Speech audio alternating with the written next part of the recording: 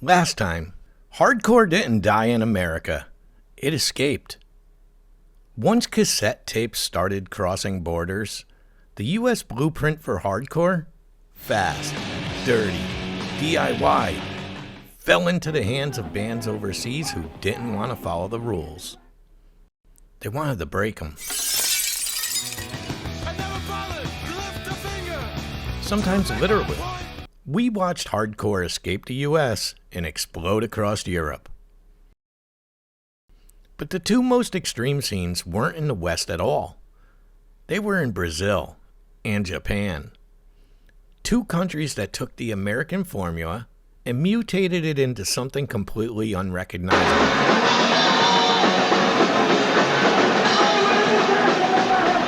This is how the world stole hardcore, Part 2. For 21 years, Brazil lived under a military regime, censorship, torture, disappearances. Speaking out wasn't just edgy, it was downright dangerous.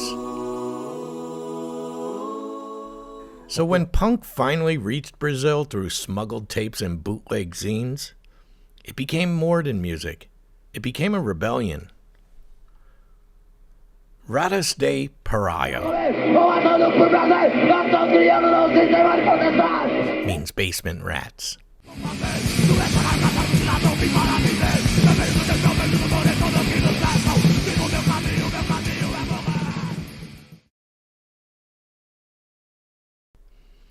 Formed in Sao Paulo in 1981, Ratos became the beating heart of Brazilian hardcore. Their 1983 debut is raw, frantic, furious, a perfect snapshot of life under dictatorship. Ratos de Porão. Ratos de Porão no palco. But as European thrash and discharge style D-beat filtered in through the tape traders, Ratos evolved. Their 1987 masterpiece fused hardcore with metal, Brazil's first true crossover thrash hybrid.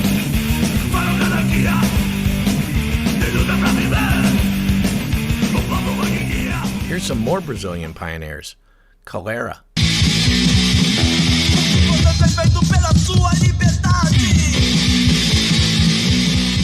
Melodic political hardcore, Inocentes. Punk, post-punk fusion with sharp lyrics. Brazil showed the hardcore wasn't just a sound. It was a weapon.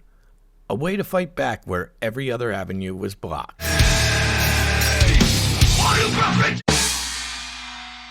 Japan didn't just evolve hardcore.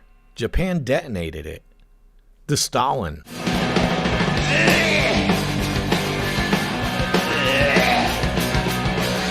Led by Michiru Endo, the Stalin pushed performance art into punk territory. Stories from their shows are legendary.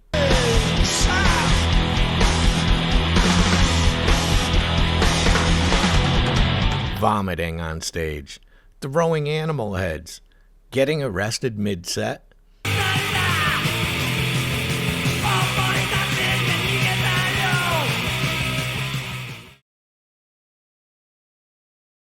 Banned from multiple venues. Japan's polite, orderly society had never seen anything like this.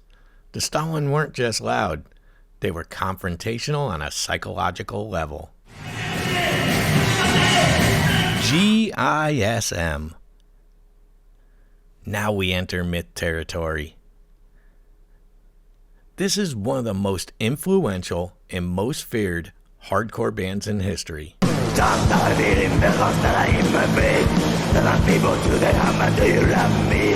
Their frontman, Sakevi Yokoyama, has folklore all around him. He attacked photographers. He chased fans with a chainsaw. He threatened bootleggers. And then used flamethrowers on stage. Now, whether every story is true or not doesn't matter, because the danger felt real.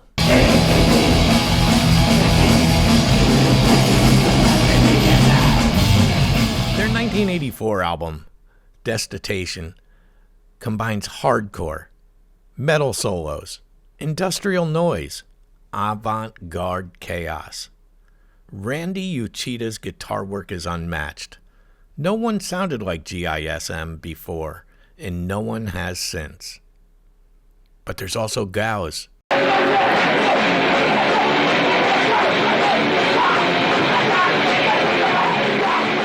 And Lip Cream.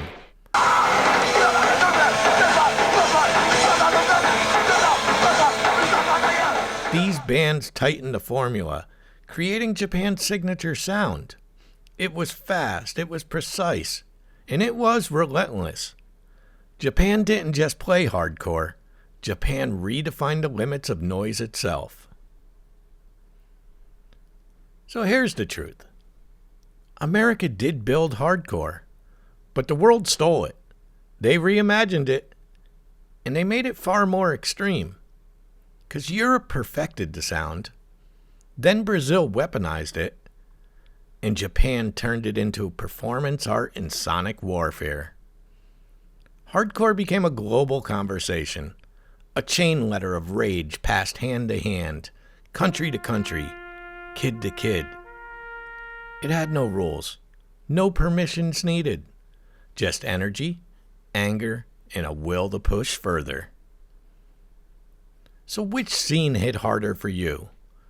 Is it Europe? Brazil?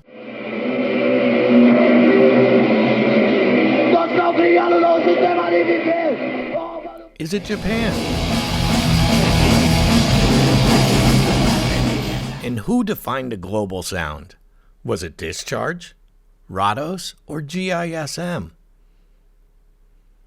And what country should I cover next? Because there's so many of them. I can't name them all in one video. But we have Italy, we have Australia, there's Germany and Sweden, and numerous others. Because this isn't just music history. This is global hardcore. And it's loud, it's messy, it's dangerous, and it's always evolving. I'll see you next time on Headbangers History.